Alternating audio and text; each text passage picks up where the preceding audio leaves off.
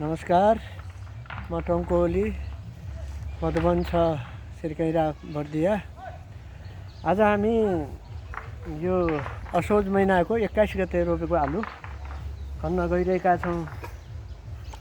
यसलाई हामीले पछि फागुन लास्टतिर वा चैततिर पानी नपरेमा खन्ने भन्ने कुरो थियो। आज रातिको गड्याङगुडुङ र अलिअलि पानीले गर्दाखेरि हामी आज यो आलु पानी परेपछि आलु सर्छ। त्यसकारणले पनि यो पानी नपरेमा माटोभित्र नै आलु सुरक्षित हुन्छ र बाहिर निकाल्यो भने त्यो चाम्रिन्छ अनि त्यति राम्रो पनि हुँदैन। माटोभित्रबाट खनेर खायो भने त्यो ताजै हुन्छ।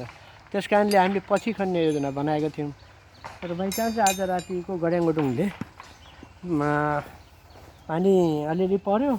पानी अरू पर्छ कि भन्ने हिसाबले पनि आज हामी अब हजुरआमा बा हजुरबुवा मेरो नाति नातिनी आज हामी आलु खन्न लागिरहेछौँ।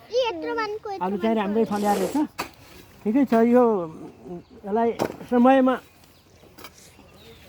गभर्मेन्टले सिँचाइको व्यवस्था गर्न सकियो भने आलु राम्रै फल्छ।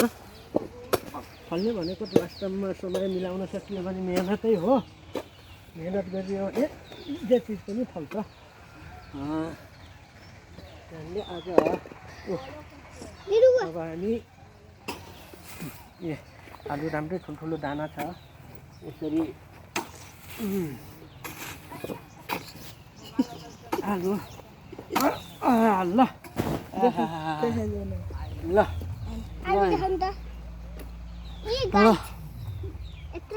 अब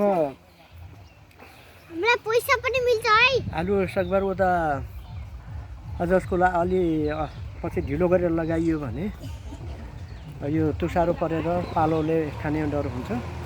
त्यसकारणले समयमै असोजको 15-20-25सम्ममा तुलाउन सकियो भने र त्यसलाई गोडमेल र सिँचाइ गर्न सकियो र यो गोठे मल हालिएको हो। यहाँ युरिया र रासायनिक मल प्रयोग गरिएको छैन अर्ग्यानिक खानाका लागि। यतापट्टि हाम्रो लोकल आलु छ, उता पनि देखाउँछ। यो लोकल स्थानीय जातको थारू आलु लगाएका छौँ। अहिले बुटा त सबै मरिसकेको छ।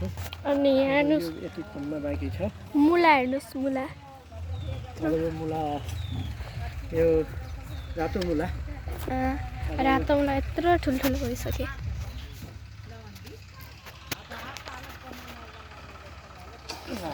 अब